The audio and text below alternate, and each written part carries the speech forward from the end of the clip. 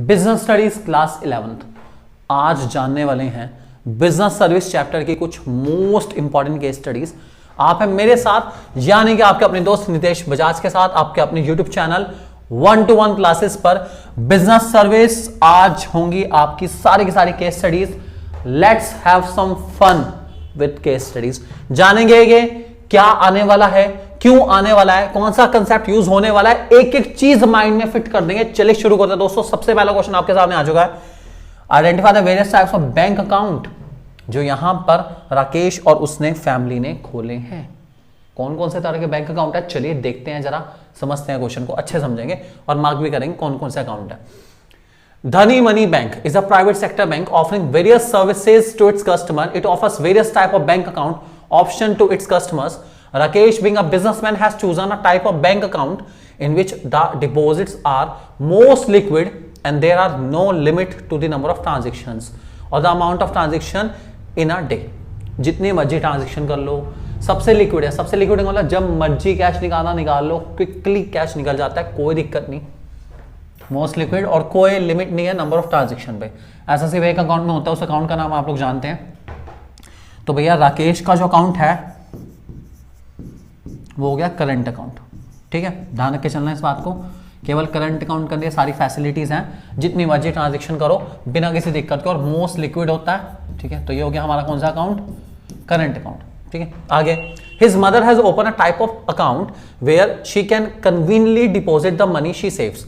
Saving को deposit करने के लिए, तो राकेश की मदर को जो अकाउंट हो गया उस अकाउंट का नाम है सेविंग अकाउंट, जहां पर मम्मी जी अपनी सेविंग सारी के सारी इकट्ठी करती रहे, कोई दिक्कत नहीं।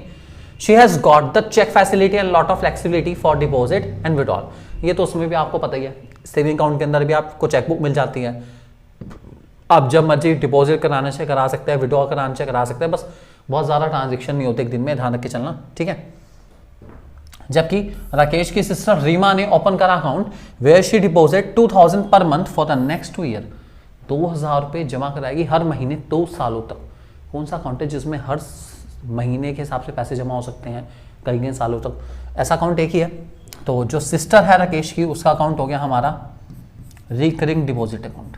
ठीक है, RD, रिकरिंग डिपॉजिट अकाउंट। आपको पता है रिकरिंग डिपॉजिट अकाउंट जिसमें हम लोग पोस्ट ऑफिस में खुलता है जनरली, हर महीने कुछ कुछ पैसा जमा करा सकते हो और सारा पैसा विद इंटरेस्ट आपको मिलेगा मैच्योरिटी में। ध्यान रख के चलेंगे इस बात को। Describe briefly any 2 type of other account. और कौन कौन से अकाउंट रह गए यार? करंट आ गया, सेविंग आ गया, RD आ गया। कौन कौन से रह गए? एक तो यहाँ पे रह गया FD, फिक्स डिपॉजिट अकाउंट रह गया। ठीक है, और एक रह गया हमारा मल्टीपल ऑप्शन डिपॉजिट अकाउंट। ये 2 तरह के अकाउंट रह गए, इनका नाम लिख देना, आपको नंबर मिल जाएंगे पूरे, आराम से टेंशन मत लेना। और ये जो अकाउंट आपने पहचाने, इसके बारे में लाइन कोड करनी हो तो लाइन मैंने कोड कर दिया आप लोगों के लिए। ठीक है, और प्लीज मेक श्योर कि आप इनके बारे में एक एक 2-2 पॉइंट फीचर के रूप में दे, पूरे नंबर गेन करने के लिए।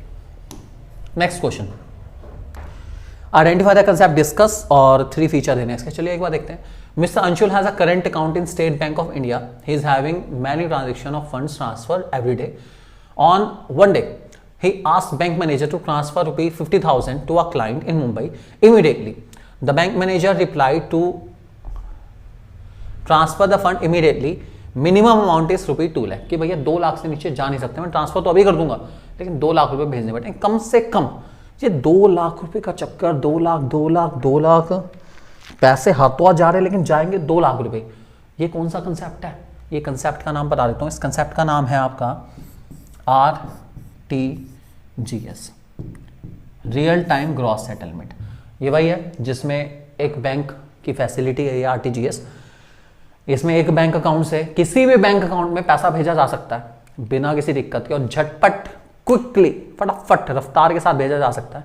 बस कंडीशन है 2 लाख रुपए मिनिमम जाएंगे, उससे नीचे जा नहीं सकते। ठीक है, तो इस सर्विस का नाम, इस कंसेप्ट का नाम है RTGS।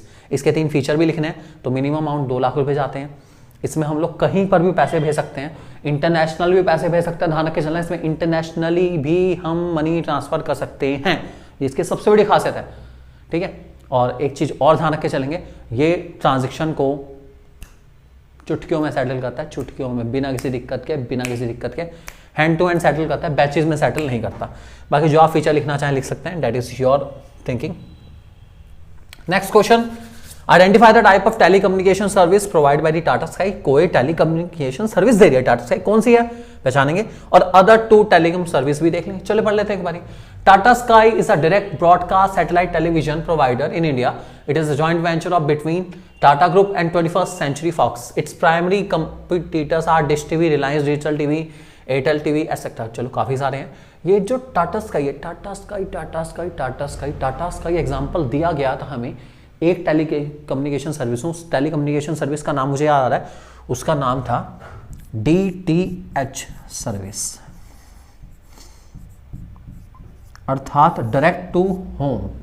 ये वही छतरी है जो आपकी छत पे लगी हुई है ना, जिससे आपके घर में ये सब चलते हैं टाटा स्काई। अब तो खैर बहुत कम हो गए, ठीक है, अब तो वाईफाई से सब टीवी चला रखा है, टाइम चेंज हो गया, तो ठीक है, अच्छा अपना।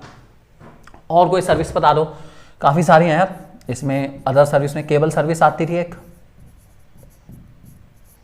ठीक है, और बता दोगे आप VSAT, very small aperture terminal आप बता सकते हैं इसके अंदर। कोई सा बता दो यार, टेलीकम्युनिकेशन सर्विस तो पता नहीं कौन कौन सी है, जो बताना चाहे बता सकते हो, कोई दिक्कत वाली बात नहीं। जो आपको लगे पेजर कोई भी बता दो, ठीक है, टेलीफोन सर्विस कोई सी बता सकते हो, कोई दिक्कत नहीं। अगला क्वेश्चन हमारा, what is the fundamental principle of insurance. यहाँ पे कोई प्रिंसिपल है इंश्योरेंस का फंडामेंटल, और identify explain the principle of insurance involve by the insurance company by accepting the claim amount. Okay, देखते हैं जरा क्या है क्या नहीं है। Manisha is running a general store. The store were insured against natural disaster like flood, earthquake and fire from, ठीक है, फायर, ठीक है, from Hindustan general insurance company for the amount of 50 lakh. 50 lakh का इंश्योरेंस ले रखा है, ठीक है, मनीषा जनरल स्टोर में। Heavy rainfall in the city cost massive flood, this left the store without any security. मतलब दुकान का ताला लगाए बिना चले गए वहां से। The store was looted by the people which was caught on CCTV कैमरे में रिकॉर्ड तो हुआ है सारा का सारा, ठीक है। She claim from the insurance company the amount of damage of ₹13 lakh for the material and furniture spoiled from the flood and also ₹5 lakh. 13 lakh का कंपनसेशन तो मांगा है, मटेरियल फर्नीचर सारा डिस्ट्रॉय हो गया फ्लड आने की वजह से, ठीक है। चलो 5 लाख मांगा है loss of material by theft. 5 lakh का इंश्योरेंस चोरी के लिए मांग रही है मैडम, ठीक है। और she also claim another 25 lakh for now converting the store into fully AC and additional floor for more storage space. तो कह रही है, क्लेम मांग रही है कि भैया 25 लाख रुपए और दे देना, मुझे ना ये फ्लोर को ना AC उसी से आप फिट करना है और नया फ्लोर भी ऐड ऑन करना है। अरे गजब बना दूंगी, एकदम लाजवाब स्टोर बनाना है, उसके लिए 25 लाख रुपए और क्लेम कर रही है कंपनी से। मजाक कर रही है बहन बिल्कुल। आगे, insurance company after assessing the damage of the property and stock due to flood and seeing the CCTV footage accepted the claim ₹13 lakh. 13 lakh का क्लेम तो इंश्योरेंस कंपनी ने एक्सेप्ट कर लिया, ठीक है। 13 लाख का क्लेम था आपका, बता देता हूँ, उसका था damage of 13 lakh for material furniture जो फ्लड से हुआ स्पॉइल्ड। ध्यान रखें चलना इस बात को, ठीक है। Manisha argued that she was paying premium of ₹50 lakh and she should be paid full claim of 43 lakh. वो कहती है मैं तो 50 लाख रुपए के हिसाब से इंश्योरेंस पॉलिसी ले रखी थी, 50 लाख का प्रीमियम दे रही थी, अब कंपनी को मुझे 43 लाख का पूरा देना चाहिए। 43 का मतलब है भाई 13 तो वो है, 5 का थेफ्ट वाला है, और 25 लाख रुपए का एडिशनल वो मांग रही है बिल्डिंग बनाने के लिए। 25 + 5 30 + 13 43 का लिए मांग रही है। तो आपके हिसाब से मिलना चाहिए, देखो मिलने वाला तो नहीं है बिल्कुल भी। उसका रीजन क्या है, तो फंडामेंटल प्रिंसिपल जो है यूज हो रहा है उसका नाम है प्रॉक्सिमेट कॉज, या जिसको मैं कॉज है प्रॉक्सिमा भी कहता हूं।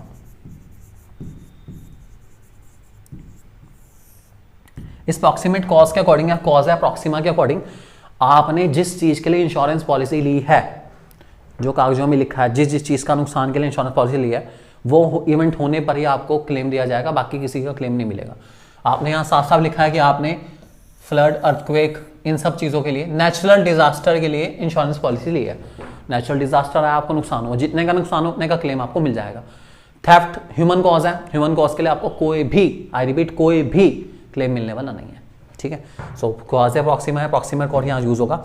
Identify explain the principle of insurance involve in the insurance company by accepting the claim amount. तो कौन कौन से प्रिंसिपल इंश्योरेंस कंपनी का, तो भैया ऑब्वियसली बात है जो प्रिंसिपल यहाँ पे यूज हुआ है, तो प्रॉक्सिमेट कॉस्ट तो है ही अपना। इसके लिए जो भी है प्रॉक्सिमेट कॉस्ट के साथ जो हमारा दूसरा है उसका नाम है इंडेमिनिटी।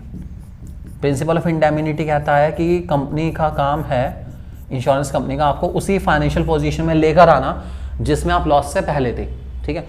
अब उसको जो भी लॉस हुआ है, ठीक है, जो कि फ्लड या नेचुरल डिजास्टर की वजह से हुआ है, जिसके लिए उसने क्लेम लिया, जिसके लिए उसने इंश्योरेंस कराया, उतना पैसा कंपनी ने दे दिया। इंडेमनिटी प्रिंसिपल मींस भैया 13 लाख का नुकसान फ्लड की वजह से हुआ है, 13 लाख रुपए ले लो। जो थेफ्ट का है उसका हम कुछ नहीं कर सकते, उसमें कंपनी की गलती नहीं है। ध्यान रख के चलेंगे इस बात को। अगला क्वेश्चन हमारा, what does the principle of cause Proxima state. Okay, again पूछ लिया प्रिंसिपल ऑफ कॉज प्रॉक्सिमा। अभी बताया मैंने, जो भी इंश्योरेंस पॉलिसी के अंदर लिखा है, जो भी कॉजेज लिखे हुए हैं, उन्हीं के लिए क्लेम मिलेगा, बाकी किसी चीज के लिए क्लेम नो नो नो। ठीक है, उसके बाद names of the nature of two causes resulting in loss for mister Sujit. देखते हैं, चलो क्वेश्चन पढ़ते हैं एक बारी। Sujit got his pen manufacturing factory insured against fire. ठीक है, his factory got fire and some of his employees took advantage of this situation and stole stock of pen. Sujit made a claim of damage caused by fire, including loss due to pen being stolen. The insurance company agreed to pay damages caused by fire only. It refused to pay for the loss caused by stolen pen on the ground that loss by theft was a remote cause and not proximate one. However, insurance company is liable to pay for the damages caused by fire as it is proximate cause and insured as well. Nature बता दो भाई। दो देखो nature है, एक fire से हुआ है नुकसान, एक थेफ्ट से हुआ है। तो जो फायर वाला नुकसान है वो तो हो गया हमारा नेचुरल कॉज हो गया एक तरीके से, ठीक है, या प्रॉक्सिमेट कॉज कह लो आप, जिसका इंश्योरेंस मैंने ले रखा है। और जो हमारा थेफ्ट वाला है वो ह्यूमन कॉज है, ठीक है, वो इंसान के द्वारा करा जा रहा है, ह्यूमन का कॉज है, उसका इंश्योरेंस भी नहीं ले रखा, तो भैया उसके लिए क्लेम मिलने वाला नहीं है। ठीक है, is mister Sujit right in claiming loss due to stolen pen too. तो क्या मिस्टर सुजीत सही कर रहे हैं अगर वो स्टोलन पेन का क्लेम कर रहे हैं? भाई गलत कर रहे हैं, कोई फायदा नहीं है करके। पहली बात तो इसका रीज़न क्या है, इसका रीज़न भी है कॉज प्रॉक्सिमा। उन्होंने इस चीज़ के लिए इंश्योरेंस पॉलिसी ली ही नहीं। जब नहीं ली तो आप क्यों क्लेम कर रहे हो ये बताओ? कंपनी वैसे भी देने वाली नहीं, कंपनी को बेवकूफ़ मत समझना बिल्कुल भी। Company is not a kid, ठीक है, बच्चा नहीं है छोटा। जो आपकी बातों में आ जाए, कंपनी बहुत समझदार है, जिसने पैसे देने होते हैं भैया वो सबसे ज़्यादा समझदार होता है, ध्यान रखना इस बात को। नेक्स्ट क्वेश्चन हमारा, okay, identify this card and describe it. कोई कार्ड है, okay, your friend Aman has got such a plastic card as give him the facility of buying goods immediately without cash. This amount of cash he will deposit on a future date in that very bank which issued the credit card to him. अब मैंने तो नाम ही बता दिया यार, इसका answer सबको पता चली गया। इसका आंसर क्रेडिट कार्ड है, एक ऐसा कार्ड जो आपको बिना कैश के गुड्स खरीदने में हेल्प करता है, और आप मनी को डिपॉजिट करा सकते हैं। जो आपने क्रेडिट लिया है बैंक से, आप उसको फ्यूचर डेट पे आसानी से डिपॉजिट करा सकते हैं बिना किसी दिक्कत के। तो ऑब्वियसली बात है, कार्ड का नाम है क्रेडिट कार्ड, अच्छा कार्ड है आप, और एक करेंट अकाउंट होल्डर्स को ज़्यादा मिलता है, ध्यान रखे चलेंगे इस बात को। और लास्ट क्वेश्चन हमारा आ चुका है, अगेन इंश्योरेंस पॉलिसी है कुछ अपना, देखते हैं क्वेश्चन को, पढ़ते हैं जरा क्या है अपना। ठीक है, Chirag Kumar send the consignment of the sacks of rice to his importer in Germany in the vessel of Roshni Shipping and Logistic Company. Chirag Kumar got his consignment insured against the sea perils. There were few rodents on the ship. They made holes in the deck of the ship and damaged Chirag Kumar goods. Okay, sack का मतलब है बोरे, ठीक है, चावल के बहुत सारे बोरे उसने अपने इंपोर्टर को भेजे जर्मनी के अंदर। ठीक है, एक वेसल के अंदर वैगन होता है ना एक बड़ा सा, जैसा रेलवे के वैगन आप देखते हैं मालगाड़ी के डब्बे से बड़े बड़े जिसमें माल जाता है, वैसे वैगन में उसने भेजा वो सारा माल। ठीक है, रोशनी शिपिंग लॉजिस्टिक कंपनी के थ्रू भेजा। ठीक है, और उसने इंश्योरेंस करा के भेजा सी पैरिल। सी पैरिल का मतलब है अगर रास्ते में, ठीक है, जहाज डूब जाता है, ठीक है, तो नुकसान कुछ होगा। जहाज के डूबने पर अगर कुछ नुकसान होता है तो क्लेम मिलेगा, जहाज के डूबने पर, ध्यान रखना इस बात को। सी पैरिल मतलब रास्ते में इन ट्रांजिट, अगर जहाज में सी की वजह से पानी की वजह से कोई नुकसान हो जाता है सी के कारण, ठीक है, तो नुकसान का क्लेम मिल सकता है उसको। ठीक है, और फिर रोडेंट्स, रोडेंट्स मीन चूहे थे शिप पर, उन्होंने, समझ गया ना, बस वही हुआ और सारा शिप का भी नुकसान कर गए, और सबसे बड़ी बात है चिराग के गुड्स चावल खा गए सारे के सारे। अब क्वेश्चन में पूछा गया है, identify the type of insurance policy Chirag Kumar has taken for protection of his consignment. तो जो पॉलिसी चिराग को लेनी है इसका नाम है मरीन इंश्योरेंस।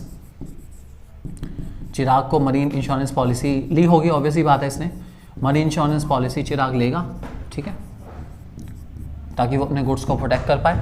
ठीक है, what are the three main types of insurance policy indicated.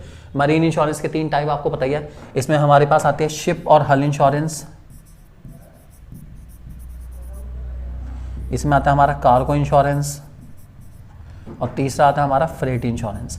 ये 3 तरह की टाइप है मरीन इंश्योरेंस पॉलिसी के, ध्यान रख के चलेंगे। काफी सिंपल क्वेश्चन है। Is the insurance company liable to pay the compensation, explain the relevant principle of the insurance applicable. Insurance company को क्लेम देना चाहिए, नहीं देना चाहिए। उसका रीजन क्या है कि भैया क्लेम तो तब मिलता जब शिप डूबता या पानी से चावलों को कुछ नुकसान होता, क्योंकि जो पॉलिसी ली गई है वो ली गई है किसके लिए, सी पैरिल्स के लिए, मतलब सी की वजह से जो नुकसान होता है उसकी वजह से ली गई है। और नुकसान किसने बचा, चूहों ने, चूहों के लिए तो पॉलिसी ली नहीं बिल्कुल भी। तो भैया यहाँ पे जो प्रिंसिपल एप्लीकेबल है उसका नाम है प्रॉक्सिमेट कॉज या कॉज है प्रॉक्सिमा, ध्यान रख के चलेंगे इस बात को, ठीक है। सो ये हमारी आंसर है इसका। अच्छे क्वेश्चंस हैं काफ़ी सारे, these are quite important question है, इनको अच्छे से करके चलिए। अगर आपको वीडियो अच्छी लगी, एक्सप्लेनेशन अच्छी लगी और आपको क्लियर हुआ कि कैसे कैसे और किस किस तरीके से हम क्वेश्चन को आइडेंटिफाई करते हैं और आंसर देते हैं, तो प्लीज़ वीडियो को लाइक कीजिए, चैनल को करिए सब्सक्राइब जल्दी से फटाफट, और शेयर करना मत भूलेगा अपने दोस्तों के साथ। आप हैं मेरे साथ, यानी कि आपके अपने दोस्त नितेश बजाज के साथ, आपके यूट्यूब चैनल 1-to-1 क्लासेस पे जल्दी से कर दीजिए सब्सक्राइब चैनल को। Thank you.